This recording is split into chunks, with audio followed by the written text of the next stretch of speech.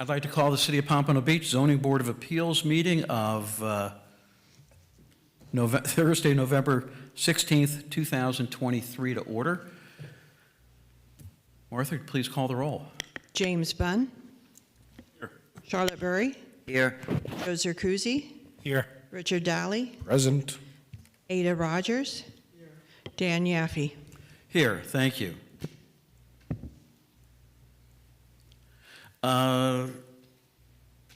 May I have a motion to approve the minutes of the October 19th meeting? So moved. Moved. Second. Thank you. Moved and seconded. All those in favor say aye. Aye. Opposed? Motion carries. Thank you. I want to take just a couple of minutes to say goodbye to someone. Octavio Onak, who's been part of our team, is moving on to another position. He's responsible for the website, or getting us on the website, getting us videoed, seeing that I look reasonably half human, and really takes care of telling us to keep our mics on. So thank you so much, and good luck with your next endeavor. We can't even see him. He's hiding back there. And now a welcome to a new member of the group, our newest board member, Ada Rogers, who is joining us for her first meeting. So with that, we also, we have Scott Reale. This is a small group I probably think knows everybody, but we have Scott Reale from the city staff. On my far left, a new face, or maybe a face we haven't seen for a little while, Tracy Lyons, who's the assistant city attorney, who's replacing James Saunders tonight. And of course, Martha is the key to this whole thing. Martha Lawson, be nice to her or your papers get lost, or your files. So with that, have you been here before? I have not. Okay, and I'm going to go through my spiel. This is the Zoning Board of Appeals. I know you've been here and heard this a zillion times. Tell me if I'm doing it right. This is the Zoning Board of Appeals. We're here, all of us, the 6 of us, 3 on my left, 2 on my right. We serve with no compensation. We're just members of citizens, residents of the community. And we listen to people who are requesting things like temporary permits, special exceptions, variances, those things where they say their property somehow doesn't meet the code and they're seeking some sort of relief. And we're, in a sense, the relief and safety valve for that. So the way the process goes is, in a few minutes, I'll ask everybody to stand who'll be testifying, be sworn in, because this is a quasi-judicial hearing. You're swearing under oath. I will call your case. You'll go to that microphone. Introduce yourself, name, first and last name, spell your last name, and give me your address, and tell me if you've been sworn in. Again, public record. And then Mr. Reale will give the staff report, and then you're going to tell us anything you want, bring any evidence you want, any testimony you want. Being a public hearing, I will ask for public input. I would say it's fairly light tonight. And then you'll have closing comments if you wish, and we'll vote, and you'll hear it right away. Okay, sounds good. You guys have any questions? We're good? Okay. So, and that's pretty much it. So, if I'll ask everyone who's going to testify to please stand up and raise your right hand. Okay, good evening, everyone. Do you swear or affirm that the evidence that you're about to give will be the truth, the whole truth, and nothing but the truth? I do. Thank you.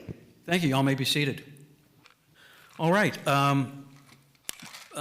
Before we get to the first hearing, I need a motion, please, to postpone item number 2, LN 514, special exception for Kaja Properties, to the December, and I'm looking that one up, the December 21st meeting. 14th. So moved.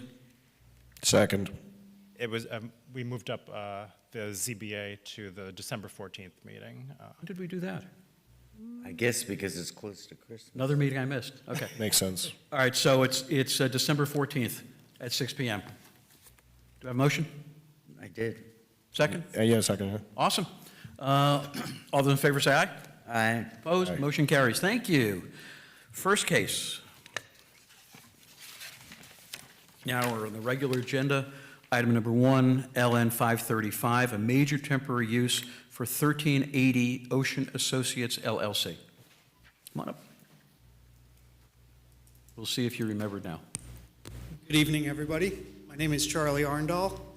Last name spelled Arndall.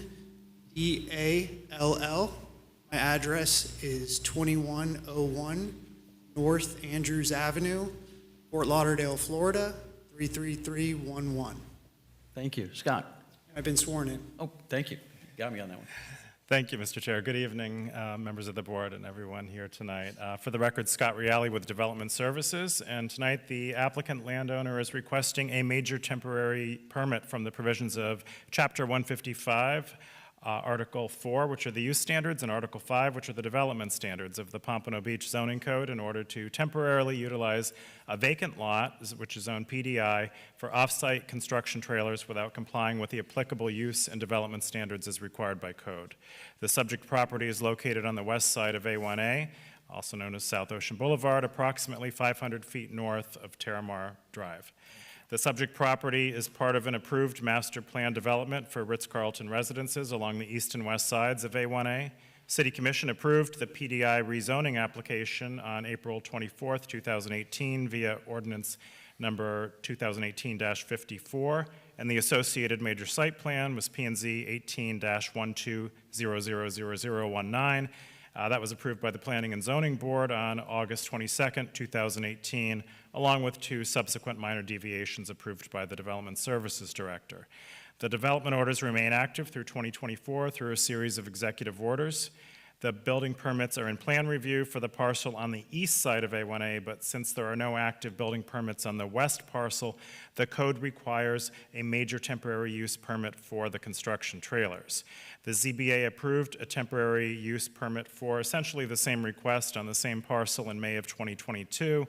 However, since temporary use permits are valid for a maximum of 1 year and cannot be extended, this new temporary use permit application is being presented to the ZBA to permit off-site construction trailers. Once building permits are pulled for the approved development on the west parcel, the construction trailers will no longer require a major temporary use permit. And access to the site will be through an existing curb cut along A1A. The applicant has addressed the 7 temporary use permit review standards. They're included in your backup, and should the board determine that the applicant has provided competent substantial evidence sufficient to satisfy those 7 use review standards, staff requests the board include the following 3 conditions as part of the order. 1, obtain all necessary governmental permits, including building, tree, and zoning compliance permits. 2, substantial compliance with the conceptual site plan submitted with the application. And 3, if permits for the associated development are not obtained prior to the expiration of this temporary use permit, the applicant must reapply for a new temporary use permit or remove construction trailers and replace the area with drought-resistant sod. That concludes staff's report, and I'm available for any questions. Thanks, Scott. Is this, can we assume that this is just a repeat of the last one? It is the only. Are there any differences? The difference is there are 2 additional construction trailers now that there's more activity on the east parcel. So, but you approved 1 last year. Now that one is to remain, plus 2 additional ones according to the. So we're actually approving 2 more trailers? Correct, for a total of 1 year, yes. Okay. For a total of 3 trailers, yes, for 1 year, correct. These 3 trailers, as Scott mentioned, will facilitate the office staff and field staff for the Ritz-Carlton project, both on the east and west side of South Ocean. There will be approximately a total team count of about 30 individuals. These trailers will not be open to the public, strictly used for the construction staff and any city involvement through inspections or permitting. So these have nothing to do with the sales side? No, sir. Strictly for construction. Board have any questions? Ample parking?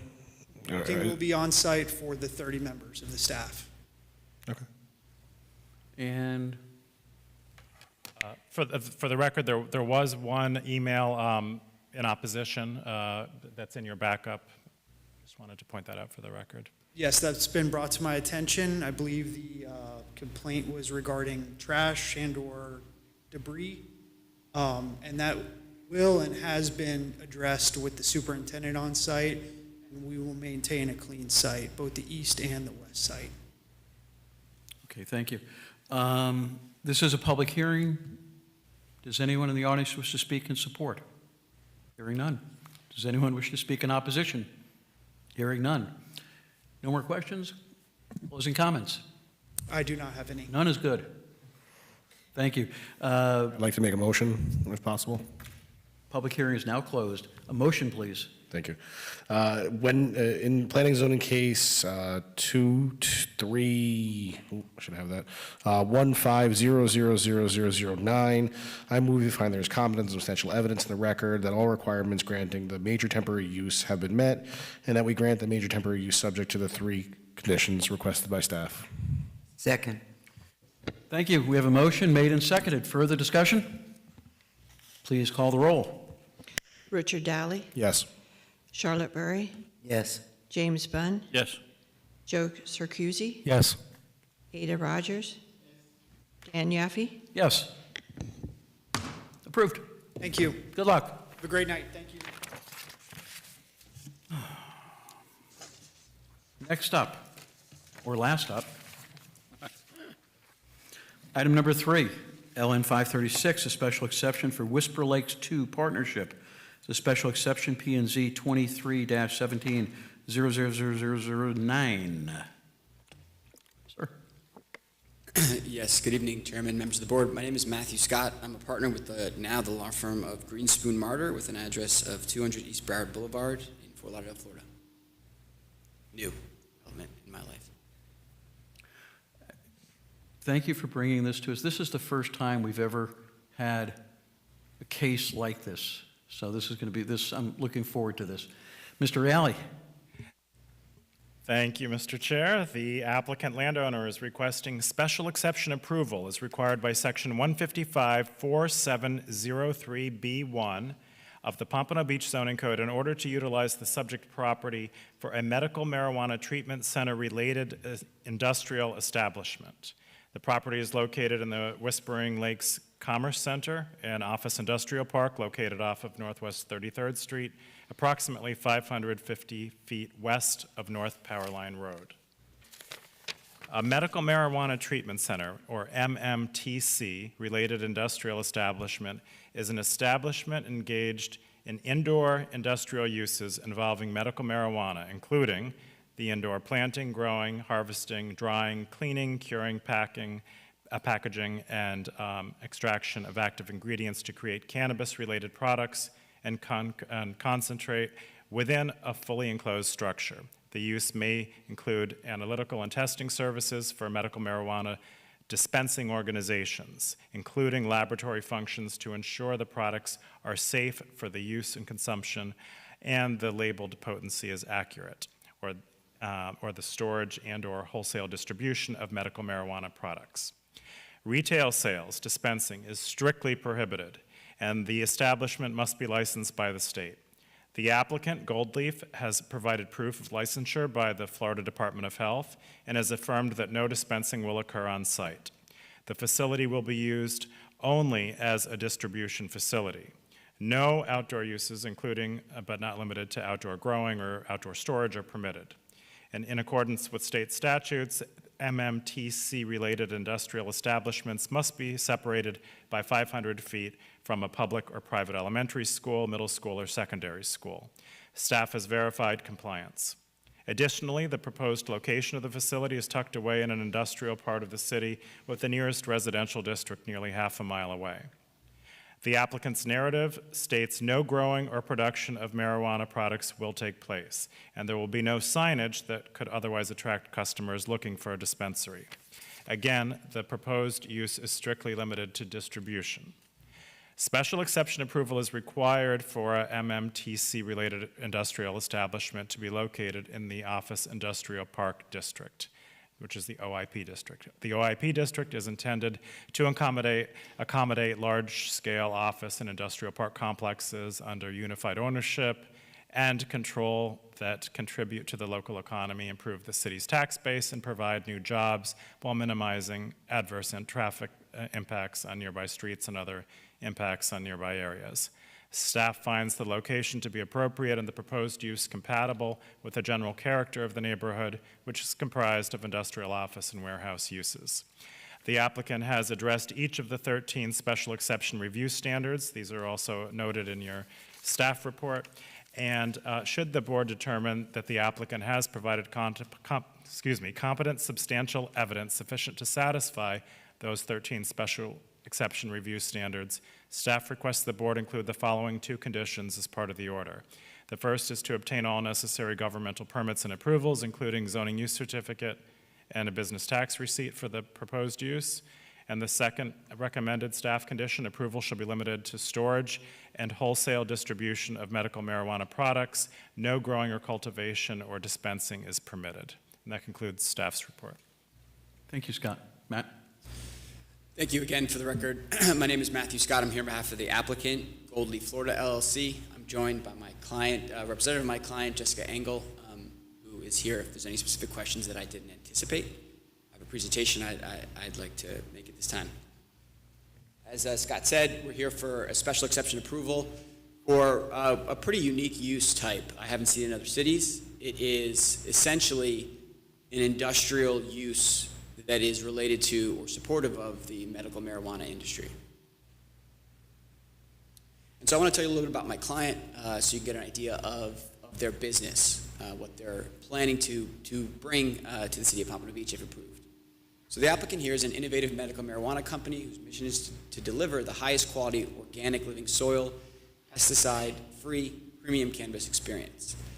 If you read the news, you know that medical marijuana is a burgeoning industry in the state of Florida, and my client, their positioning in this marketplace is to be the premium provider with a focus on. They are, you say, is an innovative medical, are they in business elsewhere? Yes. Please, Mr. Yaffe, turn your mic on. Thank you. Sorry, they're in business elsewhere. Yes, sir. Okay, you can do that. Yes. So they are already existing in the state of Florida. They have a license. They do the growing of medical marijuana, the initial packaging or preparation, things that we're not allowed to do here. They do it in Mount Dora, a small city north of Orlando. They currently have 2 dispensaries, which the city does not permit, on the west coast of Florida. And so as I was saying, they're licensed by the state of Florida. And so the plan here with this project, they're leasing space in the Whispering Lakes Commerce Center to establish this property as a logistics and distribution facility in the existing structure because they have expansion plans. So 2024, 2025, as they are gaining in popularity and success, they're looking to open dispensaries in sort of the southeast corridor of the state. And so the plan for this facility is pretty much directly in line with your code's definition of what's permitted. They plan to manage the packaging, transportation, delivery to their other dispensaries out of this facility. So this would be a place to store medical marijuana and sort of handle the supply chain for the southeast part of the United States. As stated in the staff report, but it's important that we reiterate it, there will be no patients or customers permitted at the facility. It will be completely closed to the public and will only be accessible to employees. There will be no signage whatsoever on the vehicles that Gold Leaf uses or the building itself.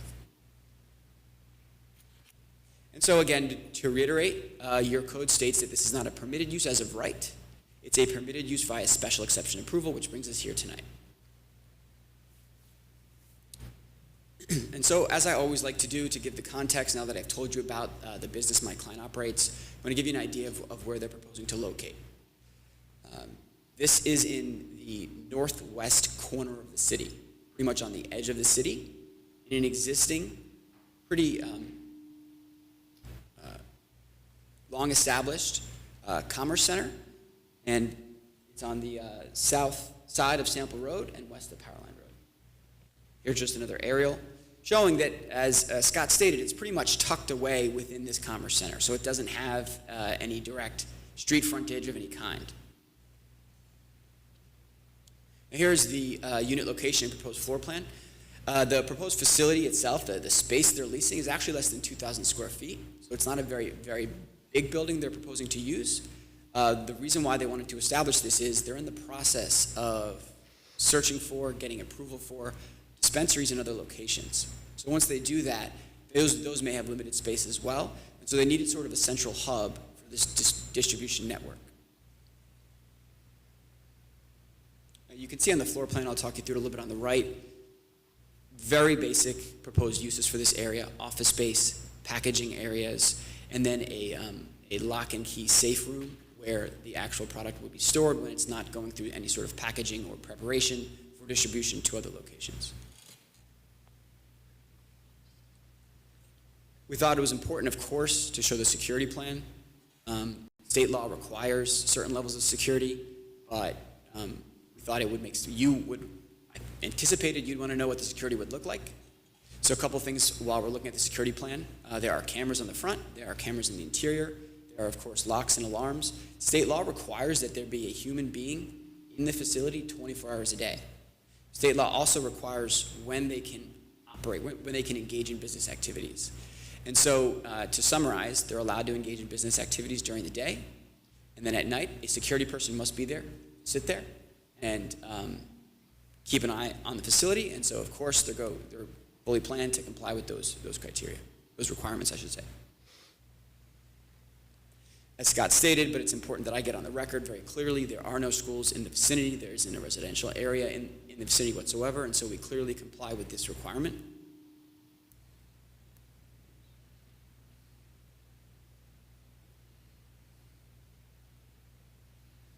And so, as I always like to do, because it is my burden to show that we comply with the criteria of the code, I've listed them out and I'm going to talk through them, but I provided green checks on this side because I don't think there's any sort of genuine dispute or concern that we don't comply with your criteria. And so, as always, there's a question with the first two criteria of whether we're consistent with the comprehensive plan and whether we meet the zoning district standards. So the comprehensive plan states this is a permitted use subject to special exception approval. So we're consistent with the comprehensive plan in that regard. In addition, the comprehensive plan speaks in a variety of sections about the need to encourage a mix of uses in your city and a variety of allowed uses to serve the local community. And so, as you may know or may not, marijuana is legal in the state of Florida if you're able to obtain a prescription for that. And so what we're seeing is quite a few of these uses popping up, businesses popping up around the state to serve this need because medical marijuana has a demonstrated utility for treating a variety of illnesses and ailments. With regard to the second criteria about whether we comply with zoning district standards, as I said, it's a permitted use by a special exception, and so applying for this does comply with that requirement. With regard to the use-specific standards, so I believe there are three. The first, one of them I should say, is this distance separation from schools. I already talked you through that. The other criteria talk about there being no sales whatsoever on site. Of course, we're happy to comply with that condition. I presume it's attached that there will be no one allowed at the facility other than employees. And then I believe there's other criteria about no outside uses whatsoever and no nighttime operations. And so we're happy to comply with all those criteria. With regard to the next criteria about whether the use would overburden available capacity of existing public facilities, services, things of that nature. As I said, it's a pretty small facility. We plan to have 5 to 10 employees total. At any given time, there'll be 2 to 3 employees there. There's sufficient parking to meet that in this Commerce Park. And this is an existing facility. It's just an existing structure that my client's leasing. And so there's existing water for that. There is an existing solid waste collection, electricity, things of that nature. And there's no expectation that this is going to generate significant traffic because there's going to be no customers, of course, going to this facility. Next criteria asks whether the use is appropriate for the location, compatible with the general character of the area. Quite frankly, I think this is the perfect spot for this. It's tucked away in a commerce park. It's in the northwest corner of the city. It's not near anyone's home. It doesn't back up to residences or daycares or anything of that nature.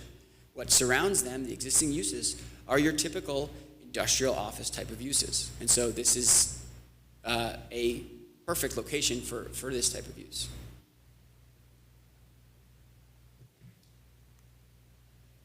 In my experience coming to this board, I try to play chess right in my career instead of checkers. I try to think about the things you might ask. It's been my experience that I never think about everything. But I spent some time on this next criteria, whether the use avoids adverse odor, noise, glare, and vibration impacts. And so it's important that I speak about that a little bit, hoping that I get ahead of some of your questions in that regard. As stated, there will be no production, no growing of marijuana on site. This is really a packaging and logistics facility, and the marijuana, which has an odor, we can't deny that, it comes already packaged to avoid any sort of odor on let's say there's an office user next door having to smell marijuana. That will not happen in this facility because everything's going to happen inside and everything comes packaged. When they're not doing the distribution work during the day, as I said, it's locked away in a safe of sorts. And so there's no issue with odor. With regard to noise, there's no heavy machinery here. What you would expect is packaging machinery, what you might see in a UPS or FedEx store, things to handle packaging, bags, of course, and product labels, things of that nature. And so similarly, there will be no vibration impacts, no sort of heavy banging associated with the use whatsoever. Trash collection, thought that might be a question that would come up. There's regulations actually by the state for how medical marijuana can be dispensed with, and so they're going to comply with those requirements. There's special trash contract. They have to actually take the trash to another facility outside of the city to be thrown away. There's not an expectation, though, based on their use at other facilities, that there'll be a significant amount of trash. Again, it's more along the lines of what you might see in a packaging facility, throwing away papers, throwing away packaging, things of that nature.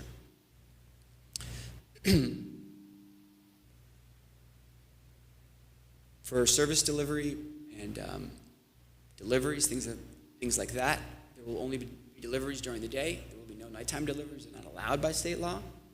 And the deliveries will all occur in vehicles that my client owns that are unmarked. They're either, sort of a van type size vehicle or sedan size vehicles. So we believe we comply with this criteria and that there are no genuine issues with this use for that criteria. For the next criteria, that whether it adequately screens, buffers, or otherwise minimizes adverse visual impacts, don't think this is a genuine issue here. Everything's interior. Nothing is exterior whatsoever, so you couldn't even buffer or screen something that's happening entirely inside of an office space. The next criteria asked whether there will be deterioration of water and air resources or other natural resources. So I spoke before about how this is an existing industrial complex. We're not changing anything with water connections. There's nothing being put into the water for this project. And so there's no reason to think that there would be any sort of deterioration of water or other resources by this use. Next criteria asks us to talk about ingress and egress from the property and traffic flow. We're not changing anything relative to that. This is going to be akin to any other sort of minimally impactful industrial office type of user in this space. So parking stays the same, ingress and egress stays the same. And then allows for the protection of property values and the ability of neighboring lands to develop uses permitted in the zoning district.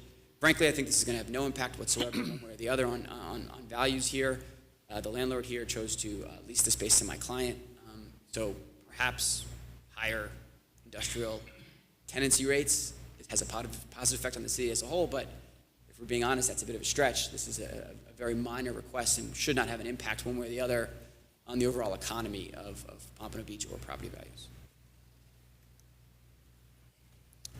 Fulfills a demonstrated need for the public convenience and service of the population of the neighborhood for the special exception uses. So as you know, the city of Pompano Beach does not permit medical marijuana dispensaries in the area, but it is my client's intention to expand in this area and open facilities in neighboring cities. It's been demonstrated by the fact that the state of Florida decided to legalize medical marijuana, that there's a genuine need for it. And so allowing for this logistic space will help city of Pompano Beach residents that have a medical marijuana prescription to be able to get medical marijuana in surrounding facilities. If my client is the premium provider in this space, it stands to reason that it would benefit Pompano Beach residents with these prescriptions that they'd be able to get a premium product from dispensaries that are permitted lawfully in other jurisdictions. Lastly, this is sort of the last criteria, whether it complies with all relevant city, state, and federal laws and regulations. As part of the backup, there is a copy of our state license, which is the only other regulation with which we must comply. And so we already have that license in place. Thank you for allowing me to run through that. I know it can get a little tedious, but there are 13. Happy to answer any questions you may have. Thank you very much. Nice presentation. A couple of quick questions.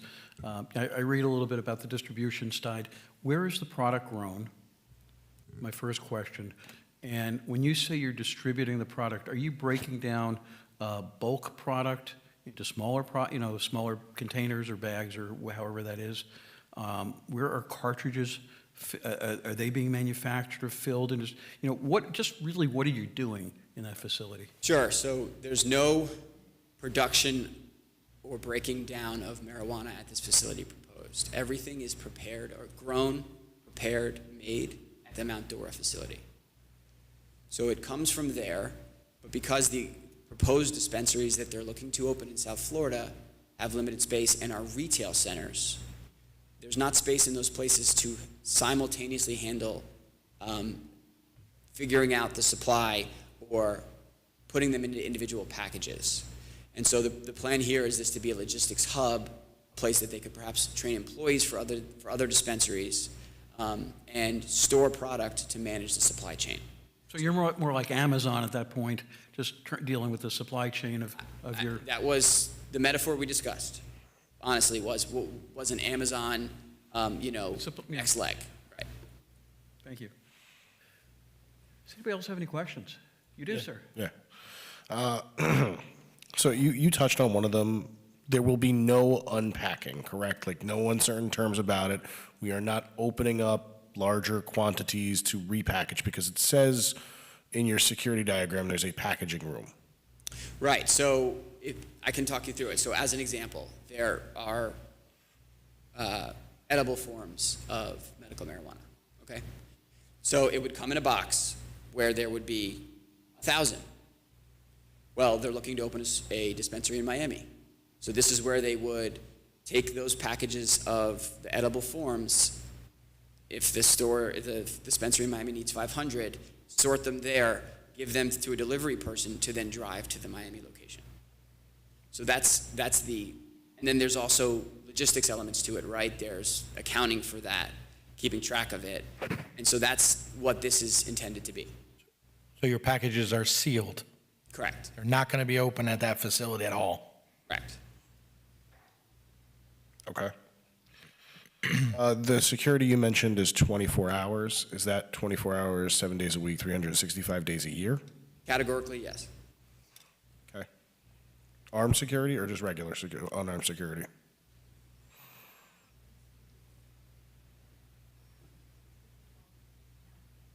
It's not armed security, but there's 2 security people there that are there at any given time. Okay. How close is the nearest school, Scott? Do we know? I don't know, but it's pretty far because it wasn't within the required radius. In the paper, Scott, it's actually saying 8/14/23 was the last update. So has any schools been there since August? No. I don't know that you can open a school. I mean, I'm Yeah, speaking out of turn here, but I don't know that that's a thing. I'm sorry, you're asking if... I was just the distance between the nearest school and this facility, that's all. We've had 2 questions here. I just want to be sure. There's what is it, 500 feet is the statute? Half a mile, I believe. A half a mile. We know who the... 500 feet from public or 500 private feet. elementary schools. And then my question was that it was updated on 8/14. That's what I asked. 8/14... That means have we checked it since then? And Scott said yes. Okay. So your question's answered. Yeah. And we're still waiting to get a mileage or distance. Did we get a distance? Yeah, 500. He says it's got to be more than 500. It's got to be more than 500. Yeah. Did you want a more accurate distance? I'm okay. You're okay? Because with 500 is Yeah, we just look at the 500. Yeah, you just look at the circles, and, see if we've had cases where it gets very, detailed as to distances and air miles and door-to-doors and things like that. So you have, your distance is fine. Any questions? Any others? What are the operating hours? Yes, so they Up are, until 6, it said. excuse me, Yeah, it's in there. double check for 1 second. I don't speak.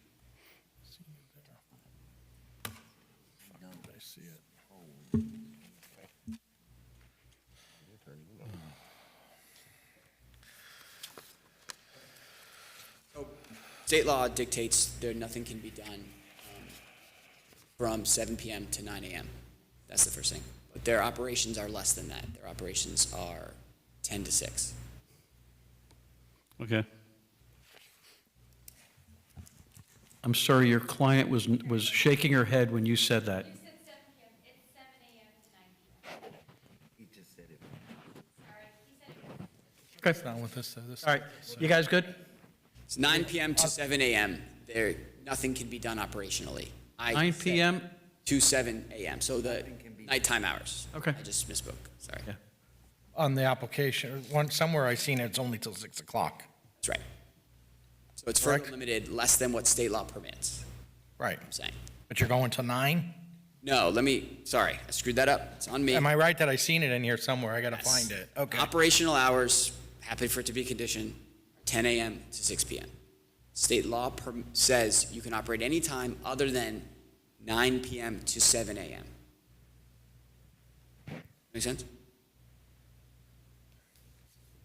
Mr. Bond was giving me a We good? questioning look. I had another question. So if you have damaged product, you said throw away trash, whatever. If it's a damaged product and you can't sell it or bring it to a facility to buy it, where is that damaged product gonna go? Has to go back to Mount Dora.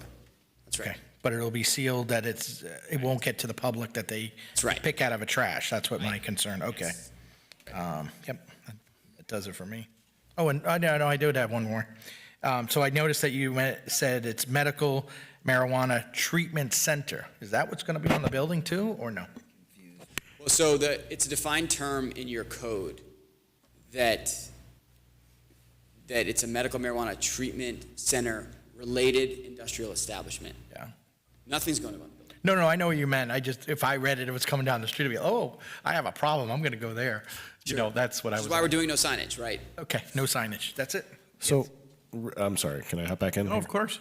It does say you'll be doing deliveries until 9, but if your operations hours are going to end at 6, how are you going to do deliveries until 9?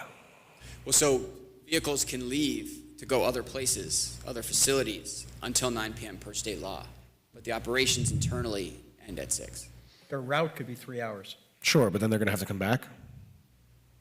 They're going to leave the vans or trucks at the distribution facility? Yeah, they would come back to park them. Okay. I'm just, they would then have to probably return inside to return the keys or something like that. So realistically, their operations hours are going to end at 6, but people are still going to be coming and going out of it until potentially 9. Yes. Okay. Okay. Mr. Chair, just for the record, when they come in for a zoning use, presumably if this is approved and they come back for the zoning use certificate, we will double-check that 500-foot radius again. And if by chance there's a school since then they would be denied. But I'm not aware of any new schools opening. Right, I'm not either. This is a public hearing. Does anyone in the audience wish to speak in support? Hearing none. Does anyone wish to speak in opposition? Hearing none. Martha, I didn't see any comments. No, we didn't No? have any. Closing comments, Counselor? No, thank you very much. All right. The public hearing is closed. Board discussion. Okay, I'll discuss. Medical marijuana is an important part of our state. I mean, it was endorsed by people. It's used by thousands, probably tens of thousands of people. It's an accepted treatment, and I see that they're meeting the code. This is a small facility. I don't want politics to get involved in this. They're not looking to distribute the product here. This would have no effect. Pompano Beach does not allow dispensaries. I don't know if Fort Lauderdale does. I think Deerfield does. You guys know better than I. So it would not affect us in any way except this little industrial plant would be there. And we're supporting, we're supporting a process and a product that's needed here. So anyway, that's my thought. Anybody else? I do have a concern about security. You know, if people are employed in the area, people are going to talk about what their jobs are, and I know that there will be two individuals there. You know, I get concerned about, you know, undue burden on the police at that point. You know, I hear you, but, you know, so does Brinks. I mean, you know, everybody's got employees. Brinks has armed security. Yeah, you know, I'm assuming, I'm not going to make, well, let me rephrase. I am not going to make assumptions on how a facility should secure itself. Okay. I think the business has to look at that, and Granted, but we have to look at the overburdening of our police force then. only if somebody breaks into it. Sure. But that's the same thing if they break into McDonald's. McDonald's doesn't necessarily have millions of dollars of product or hundreds of thousands of dollars. I would of bet products. they go to McDonald's for more calls or something like that. It may not be a break-in, but it's still a police call. So if you're looking at burdening the police with police calls. Fair. It's a very fair argument. You make a very fair argument there. Yeah. You know, hopefully, and I don't know, and I don't want to reopen the hearing. The state may also have some requirements for security. The state has a lot of rules and regulations, but I'm assuming someone with valuable property secures it properly. You ever see like in a car lot where the cars are all stacked in the driveway? Yeah. You know, that's not for showing cars. They figure gotcha. that you can't drive out. You know, everybody does their own thing. Anyway, I've spoken enough. Anybody else? You make a very fair point, Chair. Thank you. If nobody else, do I have a motion? I'll make a motion. In planning and zoning case 2317000009, I move we find there is competent and substantial evidence in the record that all requirements for granting the special exception have been met, and that we grant the special exception based on the two conditions requested by staff. Second. Second. Thank you. We have a motion. It's been made and seconded. Please call the roll. Richard Daly, Yes. Joe Zerkowski, Yes. James Bunn, Yes. Charlotte Burry, Yes. Ada Rogers, Yes. and Dan Yaffe. Yes, you're approved. Good luck. Stay safe, hire security. Anything else before us tonight? No, I'd just like to wish everybody a happy Thanksgiving. Oh, that's right. I keep forgetting it's Thanksgiving. What holidays? Yes, happy Thanksgiving, everybody. Happy Thanksgiving, and I'll make a motion to adjourn. Done.